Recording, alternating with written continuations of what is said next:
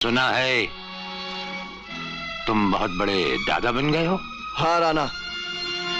हाँ नहीं कहते, राणा को जी कहते हैं। चाल ढाल में शेरों जैसे रुआब, दमदार आवाज, मदमस्त अंदाज और सख्त मिजाज। ना तलवार की धार से ना गोलियों की बौछार से, बनना डरता है तो सिर्फ परवरदिगार से। बीते जमाने के दिग्गज अदाकार राजकुमार, जिन्हें न सिर्फ उनकी दमदार एक्टिंग के लिए जाना जाता था, बल्कि इंडस्ट्री का सबसे अक्खड़, मुंहफट और बेबाक अभिनेता भी कहा जाता था। इनके अपने घर शीशे के हों, वो दूसरों पर पत्थर नहीं फेंका करते। अपनी शानदार डायलॉग डिलीवरी और अनोखे अंदाज के लिए मशहूर एक अभिनेता, जिनके डायलॉग सुनने के लिए दर्शक सिनेमा हॉल तक खिंचे चले आते थे। ना तलवार की धार से ना गोलियों की बौछार से, बनना डरता है तो सिर्फ परवरदिगार से। जब सफेद जूते पहने रुपैले अंदाज में फिल्मों में उनकी एंट्री होती थी, तो दर्शक वाह वाह कर उठते और तालियों से सिनेमा हॉल गूंजने लगता। डी के जानता नहीं कि राणा की शतरंज का घोड़ा अढ़ाई घर नहीं चलता, सीधे राजा को मारता है। कि पुलिस इंस्पेक्टर से एक्टर बने इस कलाकार की फिल्में चाहे हिट हो या फ्लॉप, लेकिन वो हर फिल्म के बाद अपनी फीस बढ़ा लेते थे। क्या आपको पता है कि वो इंडस्ट्री में अपने तीखे तेवरों और हर किसी की बेइज्जती करने के लिए जाने जाते थे, जिसके शिकार अमिताभ बच्चन से लेकर सलमान खान तक हुए, और ज्यादातर एक्टर उनके साथ काम करने से डरते थे।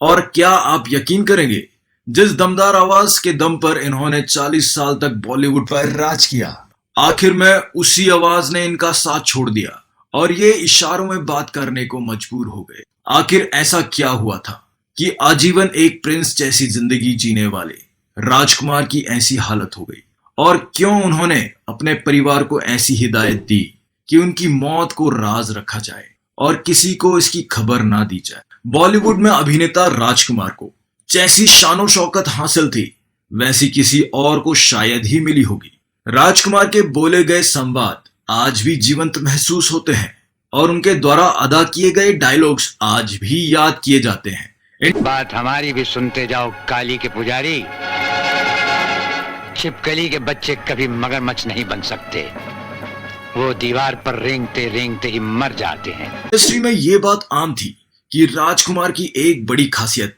ये है कि वो अपना सानी किसी को नहीं समझते थे। उनका खास स्टाइल था कि वो अपनी हर फिल्म के बाद अपनी फीस में बढ़ोतरी कर लेते थे।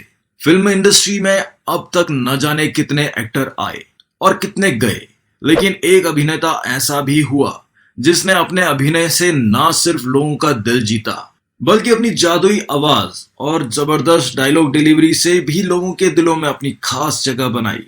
हम खैरात नहीं लेते वीर सिंह, हम तुम्हें मारेंगे और जरूर मारेंगे, लेकिन वो बंदूक भी हमारी होगी, गोली भी हमारी होगी और वक्त भी हमारा होगा। इसके साथ ही उनके व्यक्तित्व में एक समस्या भी थी कि उनके अंदर गुस्सा फूट फूट कर भरा था और वो कोई भी गलत चीज या फिर गलत बात बर्दाश्त नहीं करते थे। ऐसा कुछ हुआ नहीं कि सामने वाले को तुरंत फटकार लगा दिया करते थे। इसके तो कई किस्से खूब मशहूर हैं और इसके शिकार भी बॉलीवुड के दर्जनों लोग हुए हैं। राजकुमार का जन्म 8 अक्टूबर 1926 में अविभाजित भारत में बलूचिस्तान के लोरालाई इलाके में हुआ था। राजकुमार एक एजुकेटेड कश्मीरी परिवार से बिलोंग करते थे। वो कश्मीरी पंडित थे और उनका असली नाम कुलभूषण नाथ पंडित था। इनके पिताजी का नाम जगदीश्वर नाथ पंडित और माताजी का नाम धनराज रानी पंडित था। इनके 2 भाई थे, महेंद्र नाथ पंडित और आनंद पंडित। साथ ही इनकी 5 बहनें भी थी। इनकी तालीम बहुत अच्छी तरह से हुई थी और ये कई भाषाओं के जानकार भी बन गए थे।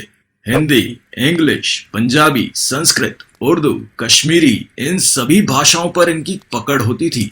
40 के दशक में 14 साल की उम्र में मुंबई आ गए थे और फिर मुंबई पुलिस में सब इंस्पेक्टर की नौकरी ज्वाइन कर ली। कुछ दिन नौकरी कर ली, लेकिन इत्तेफाक ऐसे बने कि कुछ दोस्तों के बार बार कहने पर 1952 में 26 साल की उम्र में इन्होंने फिल्मों का रुख कर लिया।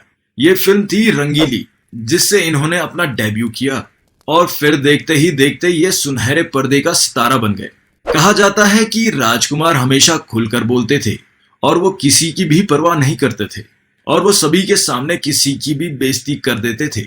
और शायद यही वजह थी कि इंडस्ट्री में उनके दोस्त कम और दुश्मन ज्यादा थे। इसका एक किस्सा तब का है जब फिल्म जंजीर के लिए डायरेक्टर प्रकाश मेहरा राजकुमार से मिलने गए।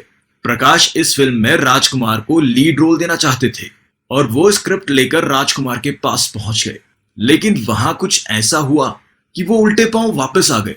दरअसल जब प्रकाश मेहरा उन्हें फिल्म के बारे में बताया तो राजकुमार ने अपने नाक बंद कर ली और प्रकाश मेहरा साहब से कहा कि तुम्हारे पास से बिजनौरी तेल की बदबू आ रही है। हम फिल्म तो दूर, तुम्हारे साथ 1 मिनट खड़ा होना भी बर्दाश्त नहीं कर सकते।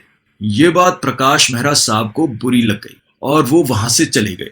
उसके बाद उन्होंने फिल्म में लीड रोल अमिताभ बच्चन को दिया। एक रोचक किस्सा बप्पी लहरी से भी जुड़ा हुआ है। जब वो उनसे पहली बार मिले थे, दरअसल बप्पी लहरी खूब सोने के गहने पहनते थे। एक बार जब एक पार्टी के दौरान राजकुमार पहली बार बप्पी लहरी से मिले तो उन्होंने बप्पी से केवल एक ही बात कही, वाह शानदार, एक से एक गहने, बस मंगलसूत्र की कमी रह गई। कि उनकी इस बात को सुनकर बप्पी हंसने लगे थे। एक बार रामानंद सागर फिल्म आंखें की स्क्रिप्ट लेकर राजकुमार के पास पहुंचे। वो इस फिल्म में राजकुमार को कास्ट करना चाहते थे। राजकुमार ने स्क्रिप्ट सुनी लेकिन उन्हें यह पसंद नहीं आई। ऐसे में सीधे सीधे तौर पर मना करने के बजाय उन्होंने अपने कुत्ते को बुलाया और पूछा, क्या तुम ये रोल करोगे? उनके ट्रेंड कुत्ते ने उनकी ओर देखा और अपनी गर्दन हिला दी, जिस पर राजकुमार ने कहा कि देखो ये रोल तो मेरा कुत्ता भी नहीं करना चाहता। जिसके बाद रामानंद सागर राजकुमार से नाराज हो गए और बताते हैं कि फिर उन्होंने कभी साथ काम नहीं किया। कहा जाता है कि एक बार किसी फिल्म की शूटिंग के लिए सेट पर जब राजकुमार पहुंचे तो इस मल्टी स्टार फिल्म में कई और स्टार भी काम कर रहे थे, जहां की राजेश खन्ना और धर्मेंद्र पहले से ही बैठे हुए थे। सेट पर पहुंचने के साथ ही इन्होंने डायरेक्टर से कहा कि अरे इतने सारे जूनियर क्यों इकट्ठा कर रखे हैं। इनकी इस बात को सुनकर जहां डायरेक्टर भौचक्के रह गए तो वहीं राजेश खन्ना और धर्मेंद्र भी सोच में पड़ गए कि उनके जैसे बड़े स्टार के लिए भी भला ऐसी बात कोई कैसे कर सकता है। एक पार्टी के दौरान जब अमिताभ की ड्रेस की हर कोई तारीफ कर रहा था, इसी पार्टी में शामिल राजकुमार अमिताभ बच्चन के पास गए और उनसे पूछा कि ये सूट कहां से सिलवाया है। यह सुनकर अमिताभ बच्चन ने राजकुमार को दुकान वाले का पता बताया और पूछा कि क्या आपको भी ऐसी ड्रेस सिलवानी है। यह सुनकर राजकुमार ने कहा, नहीं, हमें तुम्हारे सूट का कपड़ा बहुत पसंद आया, हमें ऐसे ही घर में पर्दे बनवाने हैं। राजकुमार की इस बात को सुनकर अमिताभ के मुंह से भी शब्द नहीं निकला और वो वहां से चले गए। एक और फेमस किस्सा उस दौरान का है जब राजकुमार धर्मेंद्र को जितेंद्र और जितेंद्र को धर्मेंद्र के नाम से बुलाते थे। एक बार धर्मेंद्र ने राजकुमार को कह दिया कि जब तक वो उनका नाम सही ढंग से नहीं बुलाएंगे वो नहीं सुनेंगे। यह सुनकर राजकुमार ने उनसे कहा कि क्या फर्क पड़ता है, राजेंद्र हो या धर्मेंद्र, जितेंद्र या फिर बंदर, राजकुमार के लिए सब बराबर है। यह सुनकर वहां मौजूद धर्मेंद्र और जितेंद्र दोनों के होश उड़ गए। नाना पाटेकर से जुड़ा भी एक दिलचस्प किस्सा है। जब फिल्म तिरंगा के दौरान राजकुमार को पता चला कि फिल्म में नाना है तो उन्होंने साफ मना कर दिया और कहा कि उस जाहिल के साथ मैं काम नहीं करूंगा। हालांकि बाद में दोनों की ऐसी दोस्ती हो गई कि दोनों एक दूसरे के घर आने जाने लगे। वहीं गोविंदा से जुड़ा भी एक रोमांचक किस्सा है। फिल्म जंगबाज के सेट पर गोविंदा घर से जो शर्ट पहनकर आए वो बड़ी रंगीन थी और भड़काऊ भी। उनकी शर्ट देखते ही राजकुमार गोविंदा की तारीफ करने लगे। उन्होंने गोविंदा से कहा, जानी तुम्हारी शर्ट बहुत अच्छी है। गोविंदा ने तुरंत उनसे पूछा और ये शर्ट उन्हें दे दी।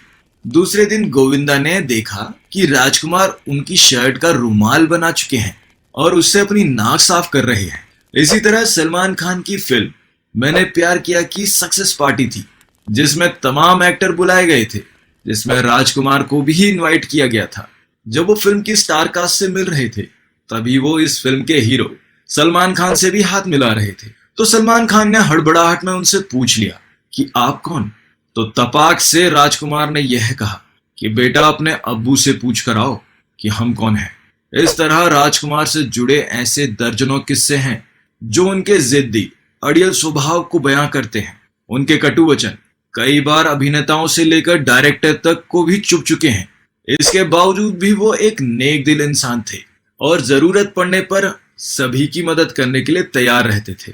राजकुमार को करीब से जानने वाले बताते हैं कि वो शीशे के तरह साफ दिल के थे, जो कभी ना किसी की चाटुकारिता करते थे, ना ही अपने फायदे के लिए कभी झूठ बोलते थे। जिसके लिए जो दिल में होता उसे अपनी जुबान से बोल देते थे। मीडिया रिपोर्ट के अनुसार आखिर के दिनों में राजकुमार को कैंसर हो गया और वो बुरी तरह से बीमार हो गए। हालत ये हो गई कि उनकी आवाज लगभग चली गई और उनकी बात को सुनने के लिए उनके बिल्कुल करीब जाना पड़ता था। इस हालत में भी उनसे जब भी किसी ने बीमारी के बारे में पूछा तो उन्होंने अपने ही अंदाज में कहा था कि जानिए, हमें भला और कौन सा रोग हो सकता है।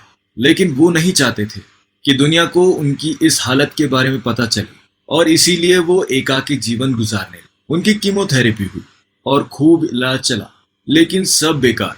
उनके गले के नोट्स खराब हो चुके थे। फिर एक बार उन्होंने अपनी पत्नी और बच्चों को बुलाया और धीमी आवाज में कहा कि मैं नहीं चाहता कि मेरी मौत के बाद कोई शोर शराबा हो या फिर तमाशा हो, इसलिए आप सिर्फ इसमें परिवार को शामिल करेंगे और सभी संस्कार संपन्न होने के बाद ही इसकी जानकारी बाहर की दुनिया को दी जाए। उन्हें अक्सर एक शेर बहुत पसंद था जिसे वो अक्सर दोहराया करते थे, जिंदगी चलती गई, कंधों पर आ गया कब्र, 4 कदम के वास्ते गैरों का एहसान हो गया। और इसी अंदाज में आखिरकार वो इस दुनिया से बिना एहसान लिए रुखसत हो गए। 3 जुलाई 1996 में गले के कैंसर से जूझते हुए 69 साल की उम्र में उनका निधन हो गया। लेकिन आज भी वो अपनी शानदार अदाकारी और रुबेले दमदार संवादों के लिए जाने जाते हैं और रुबेले दमदार संवादों के जरिए हमारे बीच जिंदा है और हमेशा रहेंगे भी। तो दोस्तों, आपको हमारी आज की वीडियो कैसी लगी हमें कमेंट बॉक्स पर जरूर बताइएगा। जल्दी मिलेंगे एक और फिल्म की रोचक कहानी के। धन्यवाद।